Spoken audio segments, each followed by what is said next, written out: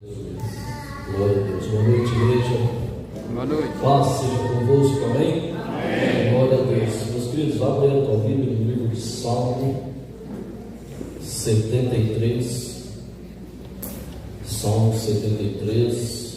A gente vai ler a partir do versículo 1 até o versículo 16. Se quiser colocar a mesma versão, essa aí mesmo. Nova versão internacional 2023, né? Isso aí que está agora.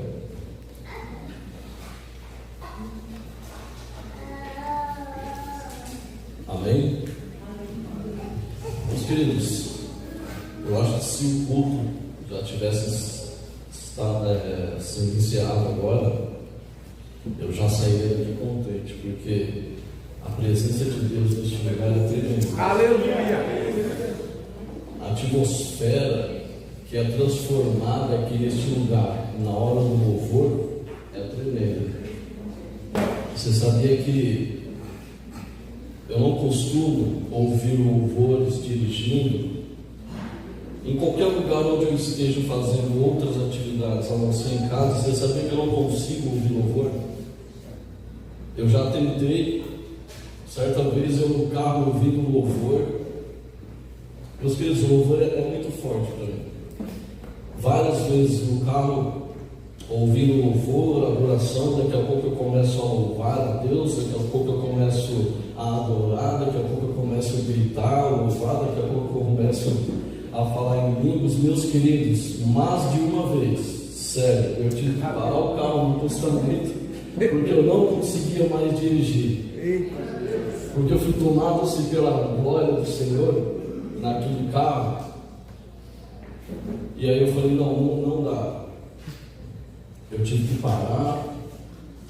Eu comecei a orar, a chorar, a louvar a Deus dentro do carro.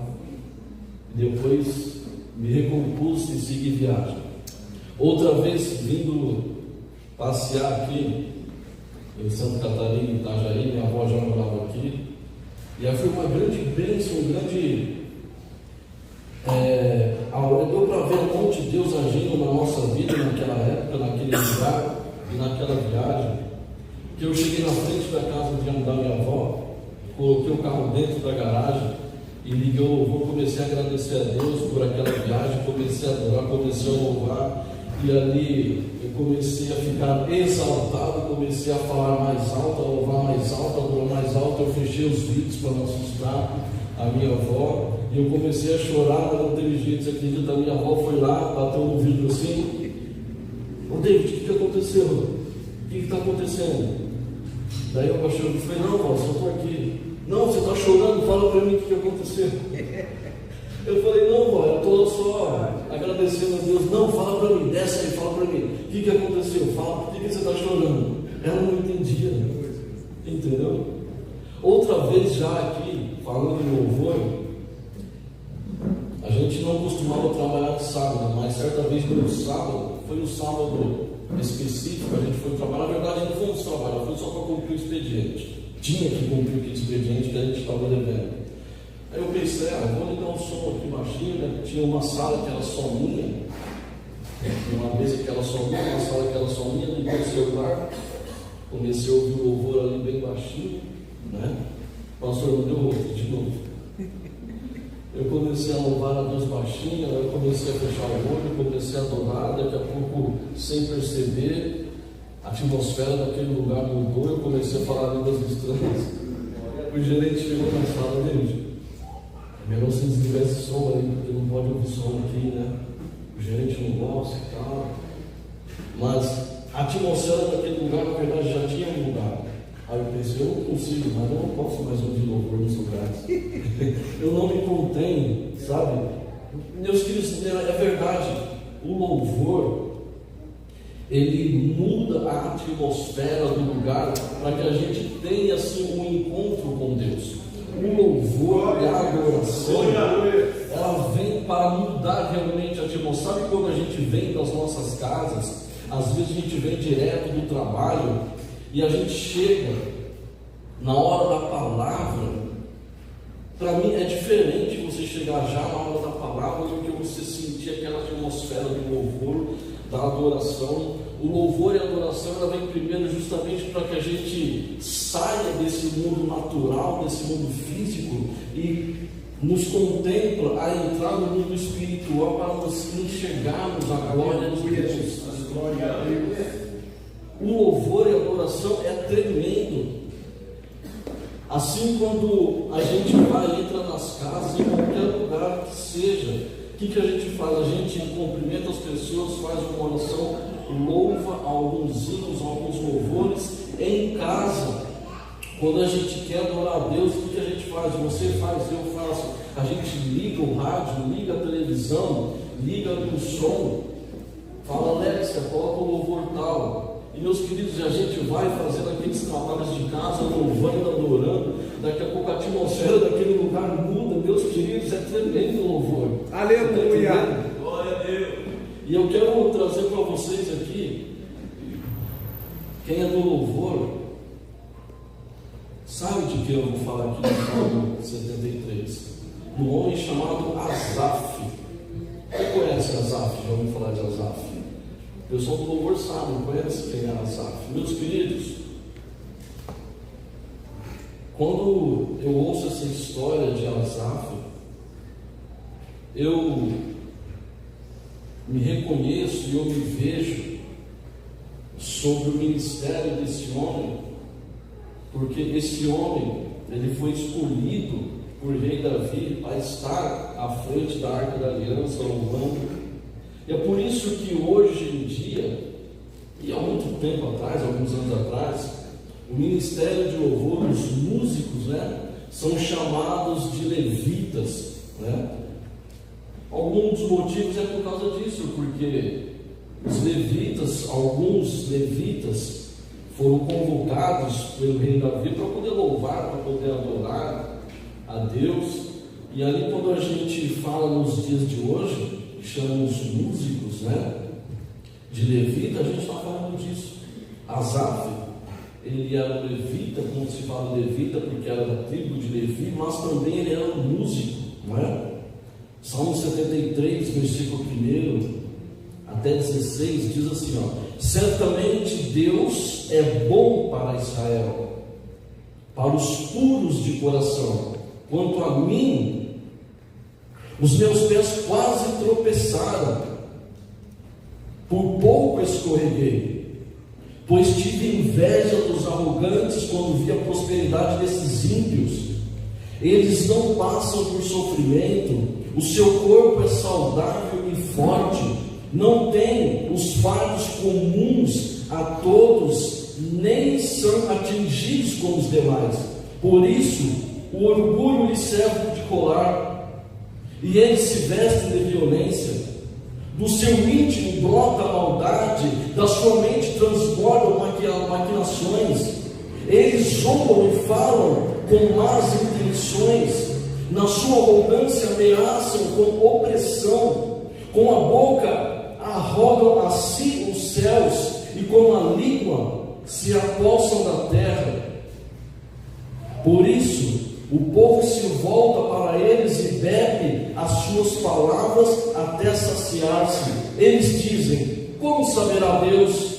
Terá conhecimento o Altíssimo? Assim são os ímpios, sempre preocupados, aumentam as suas riquezas. Certamente lhe foi inútil manter puro o coração e levar as mãos na inocência, pois o dia inteiro sou afligido e todas as manhãs sou castigado. Se eu tivesse dito, falarei como eles, teria traído os teus filhos. Quando tentei entender tudo isso, foi insuportável para mim. Meus queridos, eu estou falando de um homem que foi escolhido por rei Davi para estar à frente da Arca da Aliança. Nós sabemos aqui que quando o rei Davi, pela segunda vez, agora de maneira correta e de maneira sábia, quando ele foi buscar a Arca da Aliança significava ali a presença real do Deus vivo no meio do povo. Então, quando a Arca da Aliança foi perdida, e Davi, ele se viu ali como o rei daquele lugar, lugar, e na obrigação de buscar a Arca da Aliança, a Bíblia vai nos ensinar que ele vai na casa de um homem buscar a Arca da Aliança que estava ali meio que esquecida. A gente sabe que a Arca da Aliança ficou ali na casa de Obed-Edom durante 3 meses, diz a palavra, e abençoou aquele homem. Rei Davi então foi ali buscar a Arca da Aliança, digamos assim, todo topetudo, digamos, eu sou rei, eu vou lá, vou pegar a Arca da Aliança, eu vou trazer a Arca da Aliança para onde ela deve estar. Mas a primeira vez ele foi de qualquer jeito, de qualquer maneira, não seguiu as instruções, mas não é isso que eu quero dizer. Eu quero dizer que pela segunda vez ele foi buscar a Arca da Aliança, e ele disse assim: olha, eu vou chamar os levitas, eu vou chamar os músicos. Então ele fez uma escala de todos aqueles que iriam com ele buscar a Arca da Aliança, e ele falou assim: agora sim, eu vou buscar a presença de Deus, buscar a presença de Deus que ficou longe, aquela Arca da Aliança que ficou longe do seu povo, agora ela vai voltar para onde deve realmente ficar. A presença de Deus realmente vai voltar para onde deve ficar, mas agora eu vou buscar da maneira correta, como já havia escrito. Vou colocar um homem em cada ponta daquelas lanças, daqueles madeiros para carregar a Arca da Aliança. Eu vou convidar esses levitas, eu vou convidar a família, eu vou convidar esse povo que foi separado por Deus para adorar ao Senhor, para louvar ao Senhor. Então Davi, ele começa a escalar, começa a trazer algumas pessoas, e dentre eles, rei Davi chama Asaf e fala: Asaf, pronto, a Arca da Aliança já está posta. Já estamos segurando a Arca da Aliança como deve ser segurada. Vamos então conduzir a Arca da Aliança como deve ser conduzida. Vamos conduzir a presença do Deus vivo como realmente ele deve ser conduzido. Então o rei Davi começa a colocar a tropa, cada um em seu devido lugar, coloca ali os músicos à frente. Então chega para Asaf e fala: Asaf, você será o líder desses músicos. Você vai conduzir os louvores e a adoração a Deus até essa arca, até a presença de Deus chegar no lugar devido. Eu estou falando para vocês de um homem que foi escolhido por um rei, um dos maiores reis da história, e esse homem, Asaf, foi escolhido porque ele era um líder, ele louvava a Deus, ele adorava a Deus, ele era da tribo de Levi, essa tribo que foi escolhida por Deus, uma família que foi escolhida por Deus para levar a adoração, louvores ao Senhor. Essa família, os levitas, eles foram escolhidos para cuidar do templo, para cuidar das coisas de Deus, para cuidar da vida espiritual do povo de Deus. E rei Davi chama Asaf e diz: Asaf, você será o líder, você vai conduzir. Deus chamou você, que é um levita, a sua família, mas eu agora, como rei, te coloco como líder para poder levar, adorar o Senhor. Eu estou falando para você de um homem que esteve junto do reinado de Davi cerca de 930 a 1000 anos antes de Jesus Cristo. Esteve junto com o rei Davi, dentro do templo, junto com o rei Davi. Eu estou falando para vocês de um homem que escreveu alguns salmos, escreveu também Salmo 50, salmo tremendo esse salmo, salmo poderoso. Depois, quando você chegar em casa, anota aí, Salmo 50, coloque aí na sua legenda, na sua agenda, vou ler quando chegar em casa, Salmo 50, salmo poderoso, escrito por esse homem, Asaf. Asaf também escreveu alguns outros salmos, de 73 até 83. E ali, quando a gente lê esses salmos, a gente vai entender um pouco do ministério desse homem. A gente vai entender a linguagem desses salmos, a linguagem desses cânticos, que assemelha-se à linguagem também dos cânticos de rei Davi. Então, quando a gente lê, quando a gente ouve os salmos de Asaf, a gente pensa: parece Davi escrevendo. Será que foi Davi? Será que foi Asaf? Por quê? Porque Asaf foi um homem que viveu com o rei, sabia das coisas do rei, e também o rei, em contrapartida, ele considerava aquele homem, respeitava aquele homem. O que eu quero dizer para vocês, que Asaf é um homem cheio da presença de Deus. É um homem escolhido por Deus e também escolhido pelo rei daquela época para louvar e adorar ao Senhor. Eu estou falando de um homem que foi escolhido para liderar todos aqueles que tiveram que adorar e louvar ao Senhor.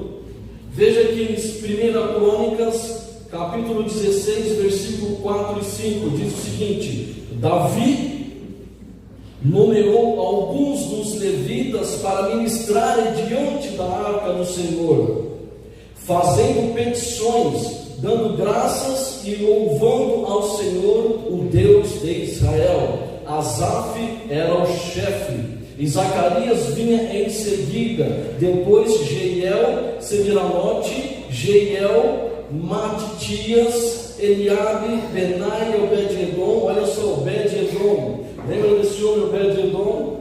A arca da aliança ficou na casa desse homem, Obed-edom, durante 3 meses. Deus prosperou de maneira tremenda esse homem. E quando o rei Davi então foi buscar a arca de Deus, a arca da aliança, a arca do Senhor, da casa desse homem, Obed-edom falou assim: rei, eu sei que o Senhor é rei, eu sei que o Senhor tem autoridade para levar essa arca, mas é o seguinte: sem a presença de Deus eu não fico. O Senhor pode levar a arca, mas eu vou junto, a minha família vai junto, porque eu aprendi a viver na presença de Deus. Agora não consigo mais viver sem estar na presença de Deus. Aleluia! Dê glória a Deus.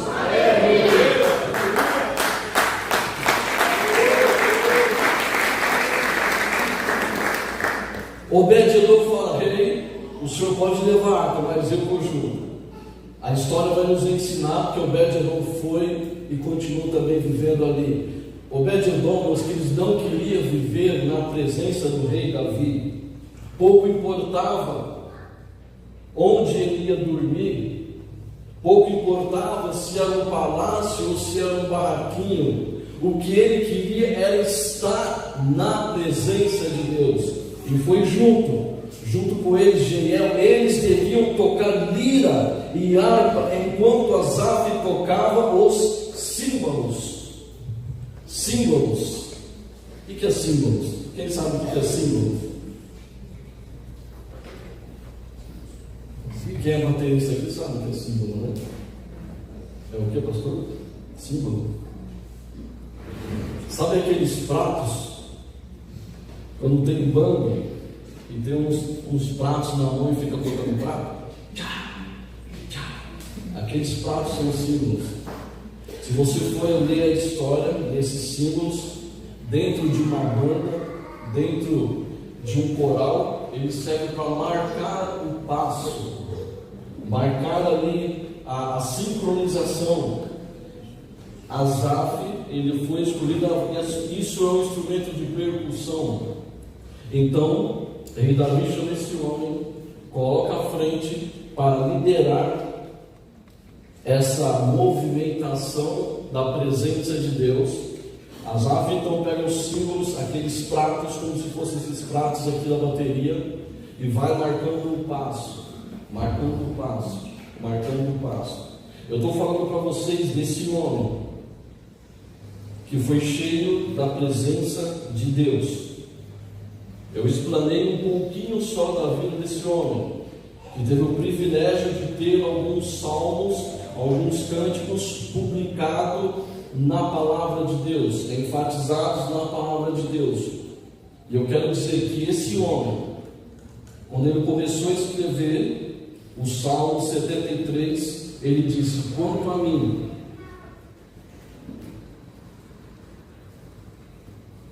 os meus pés quase tropeçaram, por pouco não escorreguei. Eu estou querendo dizer que se você estiver de pé firme, que permaneça firme. Aleluia. Sabe por quê? Porque esse homem, cheio da presença de Deus, escolhido por Ele, para estar louvando e adorando, teve um dia, uma época, em que ele falou: Senhor, eu não aguento mais. Senhor, por que é que eu sofro tanto e os ímpios aí fora vivem na riqueza? Eu duvido que vocês já não pensaram algum dia, alguma vez, por que é que eu, que sou filho de Deus, vivo na presença do Senhor, louvando e adorando a Ele a todos os dias? Porque eu que sou servo, eu não estou vivendo uma vida próspera como um ímpio vive. Por que é que algumas pessoas vivem maltratando outras, vivendo na iniquidade e têm uma vida tão próspera, tão abençoada, digamos assim, entre aspas? Eu duvido que você já não se comparou com um vizinho, com um colega, com algum conhecido e dizendo, reclamando ali ao Senhor: Senhor, por que eu estou passando por isso? Por que eu luto, eu pelejo e parece que a cada dia que levanto o Senhor estende suas mãos pesadas sobre mim? Por que é que eu estou passando por isso e eu vejo tantas pessoas, eu vejo tantos outros que não estão na sua presença, que maldizem o teu nome, que profanam o teu nome, que falam mal da tua igreja, do teu povo, e essas pessoas, ele parece que o orgulho deles, a Bíblia que vai nos dizer que essas pessoas vivem na iniquidade, na corrupção, e elas têm prazer em viver na iniquidade, na corrupção, que parece que o orgulho delas, parece que eles se vestem como se fosse um colar, para poder apresentar a todos: olha, eu posso, eu consigo, se eu tenho isso, eu tenho aquilo, foi graças ao meu trabalho, ao meu esforço. Se eu não tivesse trabalhado, se não fosse o meu esforço, eu não teria isso. Quantas e quantas pessoas você já não ouviu dizer isso? Que Deus nada. Você vê aí falando de Deus para mim, que Deus nada. Se não fosse eu levantar cedo para ir trabalhar, você acha que eu teria uma casa própria, um carro próprio? Não.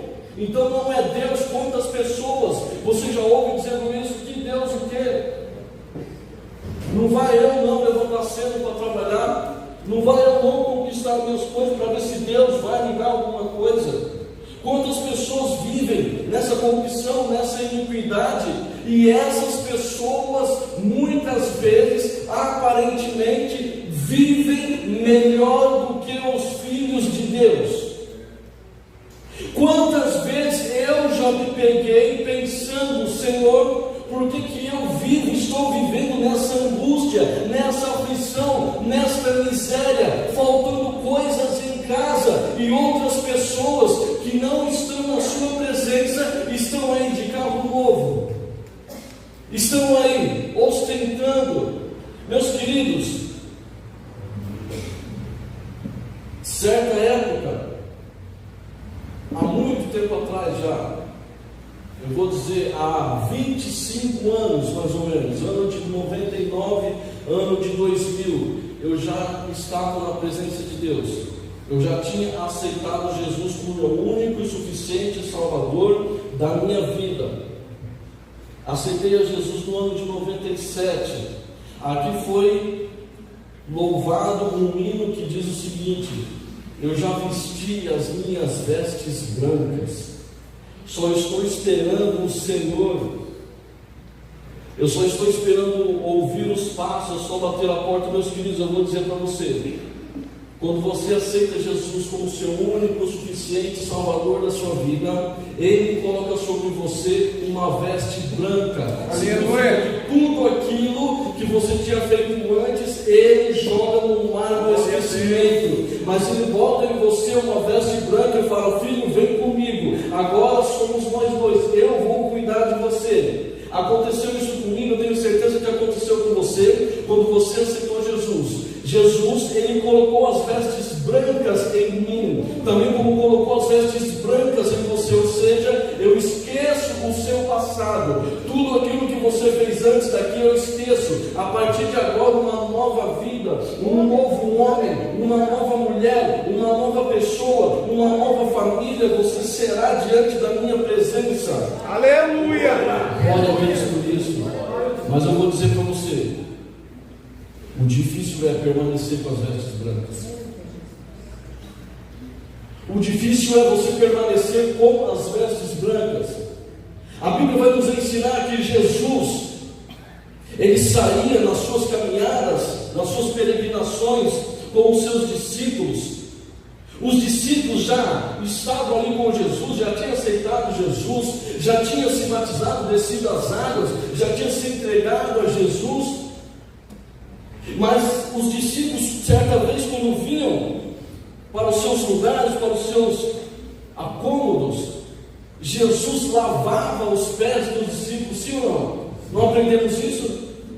E por que Jesus lavava os pés dos discípulos? Já que os discípulos já eram salvos, já que Jesus já tinha colocado nele vestes brancas, já que aqueles pecados já não existiam mais, então por que Jesus precisava lavar os pés dos discípulos? Porque aqueles discípulos, eles eram puros, eles eram já remidos de seus pecados, porém eles andavam ainda no mundo sujo, no mundo cheio de corrupção, no mundo cheio de maldade. Então Jesus queria dizer: olha, vocês estão purificados, as minhas vestes brancas já estão em vocês, porém onde vocês andam ainda há pecado, há corrupção, há maldade. Por isso que todos os dias vocês têm que se lavar os seus pés. E eu estou aqui para lavar os seus pés, para poder lembrar vocês que, embora eu tenha colocado em vocês uma veste branca, você ainda está neste mundo. Este mundo jaz do maligno. Significa que você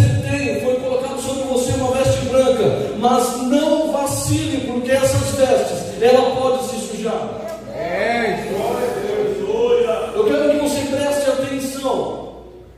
Asaf é um cheio da presença de Deus, e ele disse, ele explanou isso para o mundo, foi colocado na Bíblia, ele dizendo: Senhor, eu sei certamente o Senhor é o Deus Todo-Poderoso, mas por que, Senhor, por que? Quanto a mim, os meus pés quase tropeçaram, por pouco não escorreguei, pois tive inveja dos arrogantes quando vi a prosperidade desses ímpios.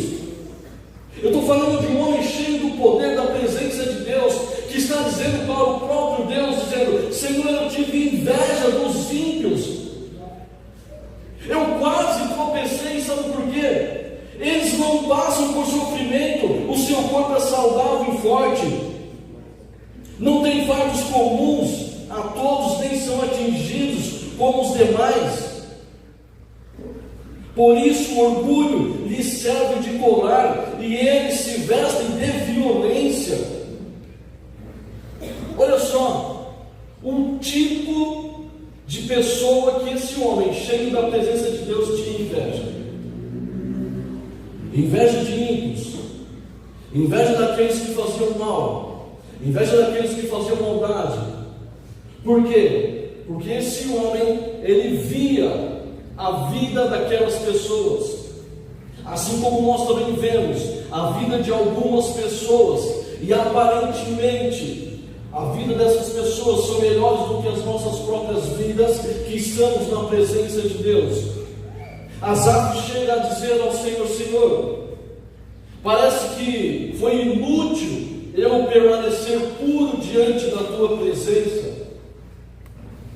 Às vezes eu e você questionamos ao Senhor, às vezes eu e você temos incompreensões acerca da obra de Deus e questionamos e dizemos: Senhor, por que isso e por que aquilo?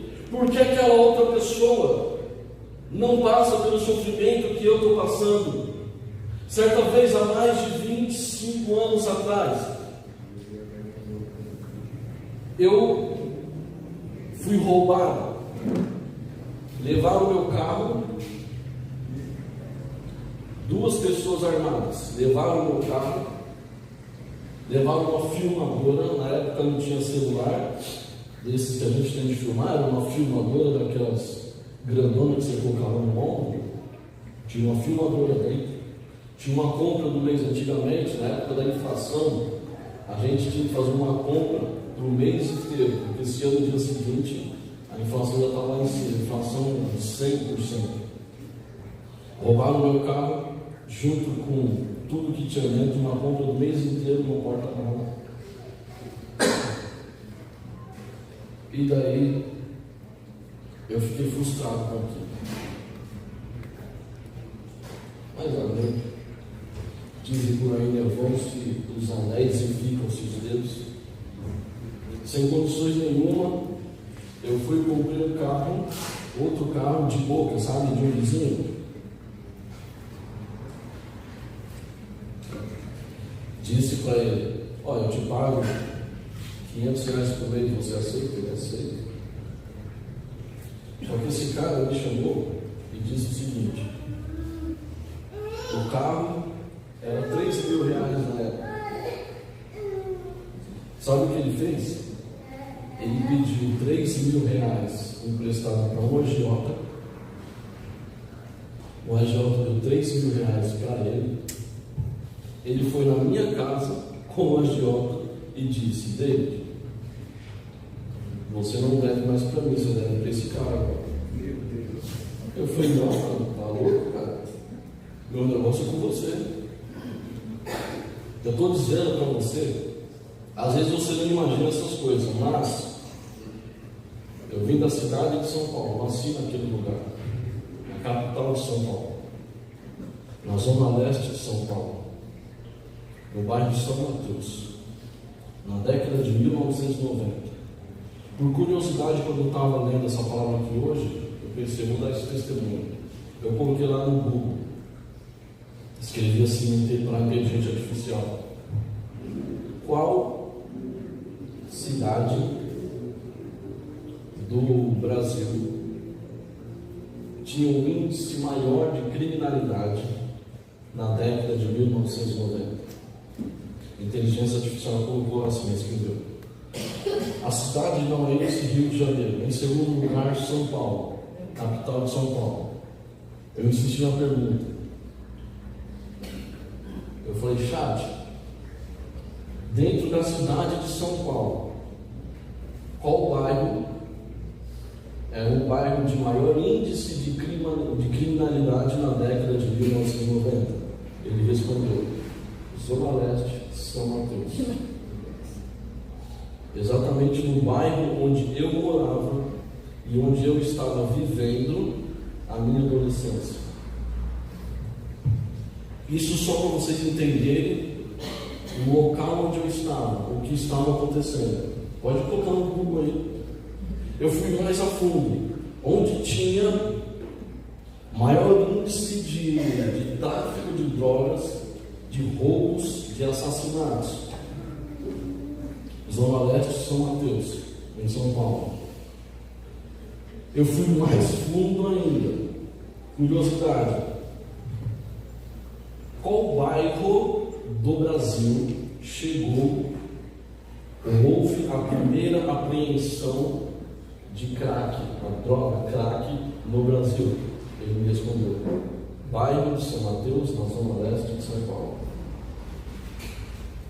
Eu estou querendo dizer isso para vocês entenderem em que situação esse cara me colocou.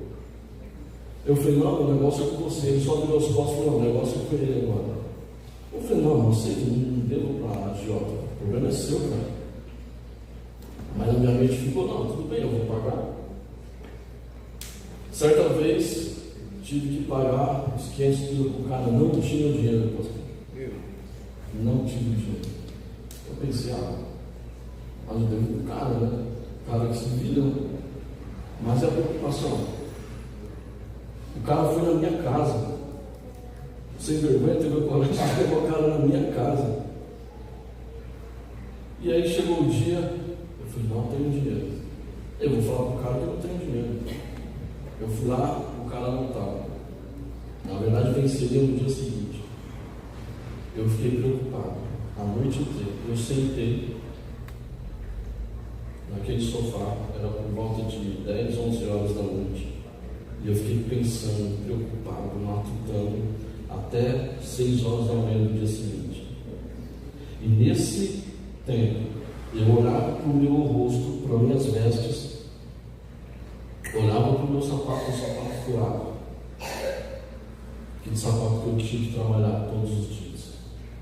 Eu olhava para a minha calça, uma calça velha. Olhava para o meu cinto, sabe aquele cinto que só tem um fiozinho? Que um buraco vai abrindo, no cinto, abrindo, só tem um fiozinho, se você puxar com mais força já era. Meu cinto estava daquele jeito. A minha barba estava por fazer no dia de Gillette para fazer a barba. Eu pensei, e amanhã eu tenho que pagar 500 quilos para aquele cara. Se eu não pagar aquele cara, vai vir até a minha casa. E a minha filha, que hoje tem 25 anos, tinha 1 ano de idade. Eu fiquei ali sem saber o que fazer. Naquele momento, eu já tinha me entregado para Jesus. Naquela época, eu já estava com as vestes brancas que Jesus colocou em mim. Mas eu pensei, eu vou entrar para o mundo do crime agora. Eu vou entrar para o mundo do crime hoje. Eu tinha muita facilidade. Por quê? Porque era só colocar o pé na rua que o crime de fazer isso aqui. Por isso que eu trouxe o exemplo do lugar de onde eu nasci e onde eu vivi até os 40 anos de idade. E eu tinha um agravante ou um atenuante, como vocês querem entender, porque eu fui militar das Forças Armadas durante 6 anos. Eu tinha uma grande habilidade com armas de fogo. Todos os meus vizinhos, sabe aqueles vizinhos, tudo gente boa, missionário. Os caras, tudo gente boa. Todos sabiam que eu tinha habilidade em armamento. Estou falando para vocês, na Zona Leste de São Paulo, bairro São Mateus. Um abraço aqui para os meus amigos de São Mateus,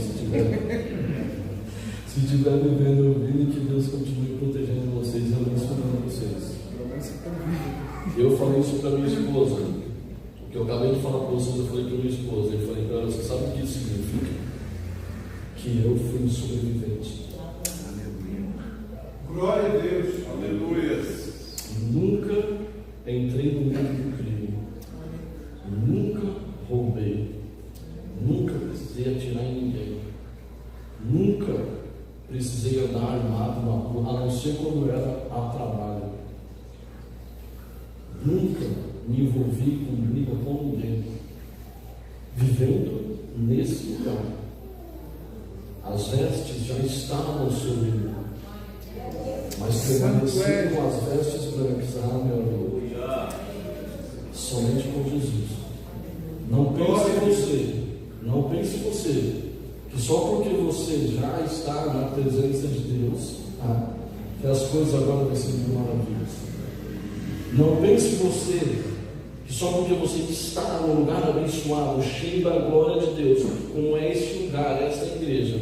Quando a gente chega aqui, quando a gente entra aqui, a gente vê uma atmosfera sobrenatural neste lugar. A gente se entrega, a gente sabe que Deus realmente está aqui, mas eu trouxe um exemplo para vocês de um homem chamado Asaf, que vivia para adorar a Deus. E este homem dizia: Senhor, assim como eu disse, Senhor, tem aquele cara que é moleque, eu vi ele crescer, hoje ele tem cordão de ouro no pescoço, eu tenho um sapato furado, ele tem um tênis, ele tem um belo tênis de R$2.000. Senhor, eu acabei de ser roubado, comprei aqui a prazo um carro velho para pagar R$500 por mês, e esse cara vive o dia inteiro andando com um carro de R$50.000. Moleque de 16 anos, vivendo nessa situação. Eu saindo para trabalhar 4h30, 5 horas da manhã, e eles ainda nas baladas. Quantas e quantas vezes eu levantando 4h30, 5 horas da manhã para trabalhar, e eles ali reunidos em baladas, usando droga. Enquanto eu saía para trabalhar, eles já estavam ali. Eu voltava muitas vezes do trabalho e eles ali o dia inteiro na rua, planejando crimes. Quantas e quantas vezes eu fui convidado para entrar no crime? Quantas e quantas vezes eu fui convidado a participar de um roubo, de um assalto, de um tráfico? E eu pensei, Senhor, eu vou fazer isso. Me perdoa. Eu estou abandonando o Senhor nessa noite.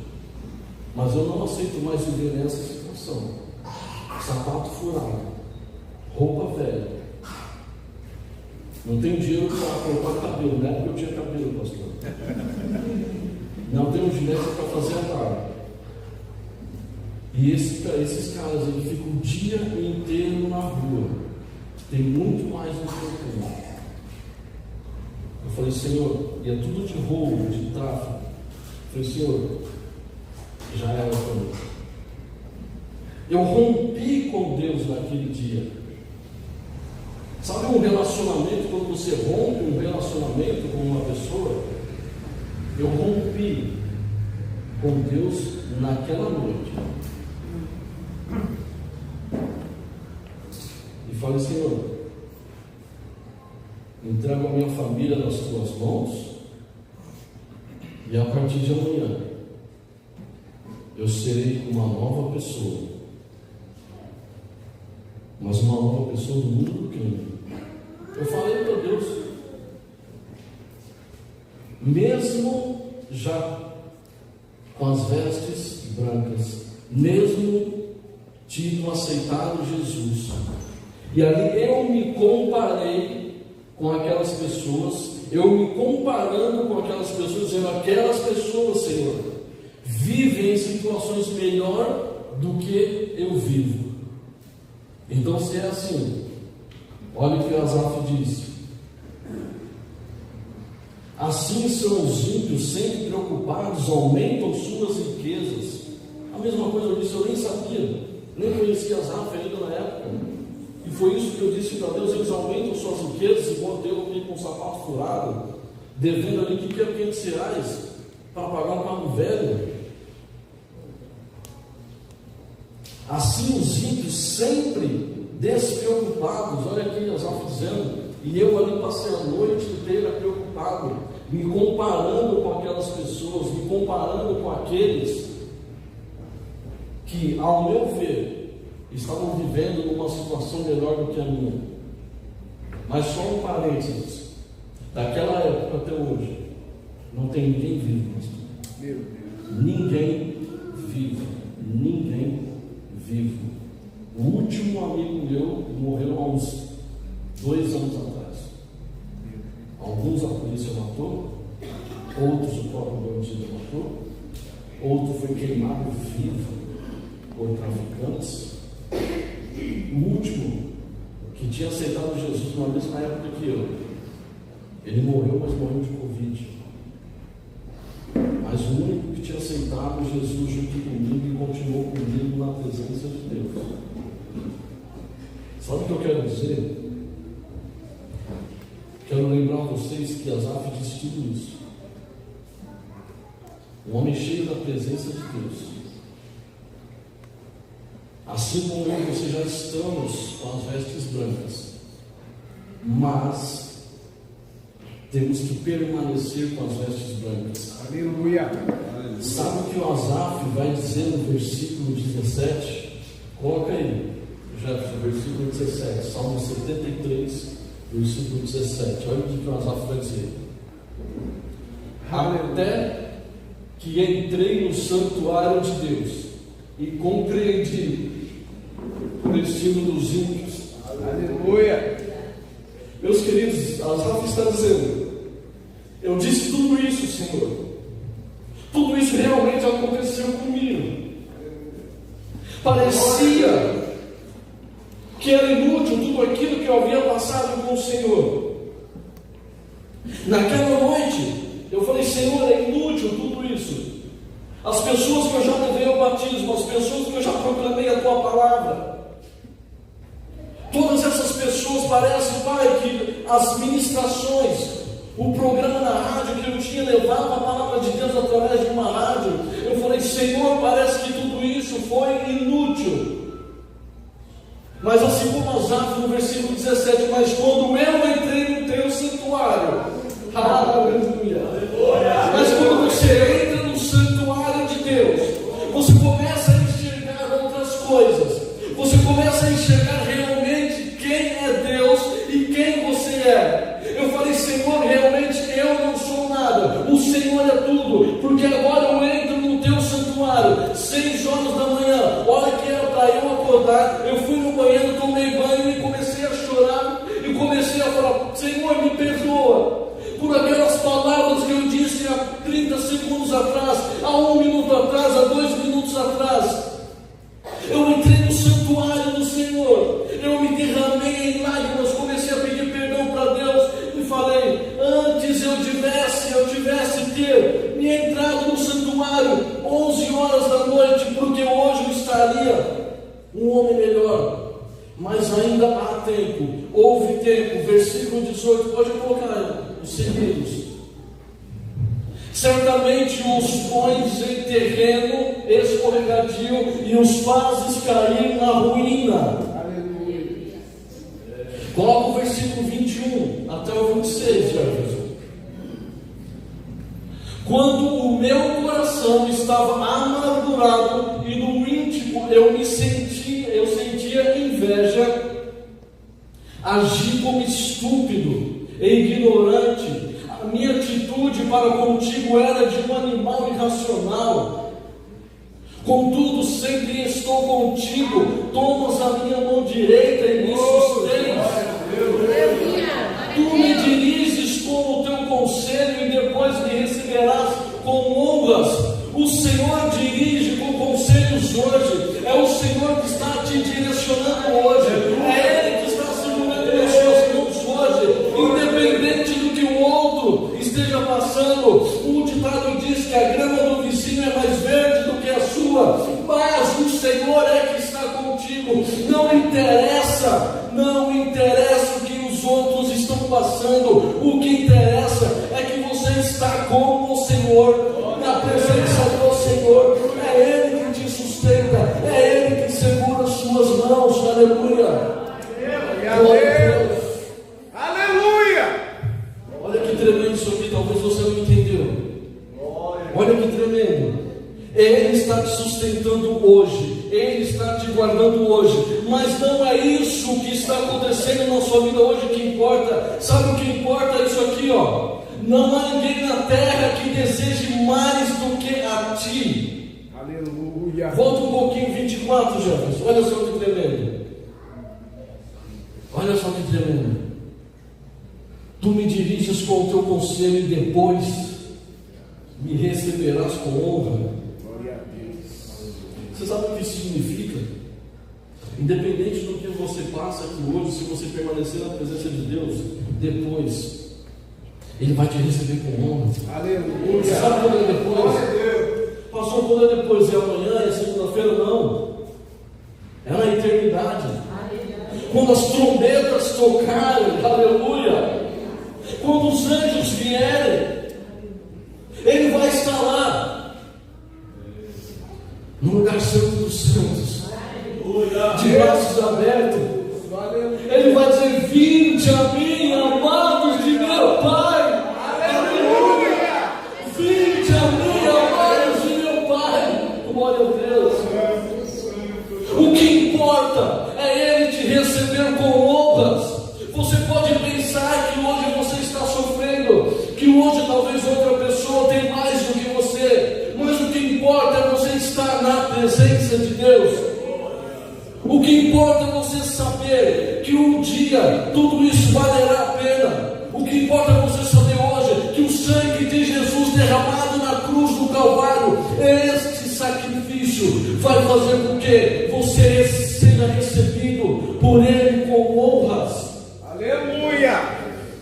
Permaneça na presença de Deus, não é fácil. Não é fácil você permanecer com as vestes brancas, não é fácil, mas vai valer a pena.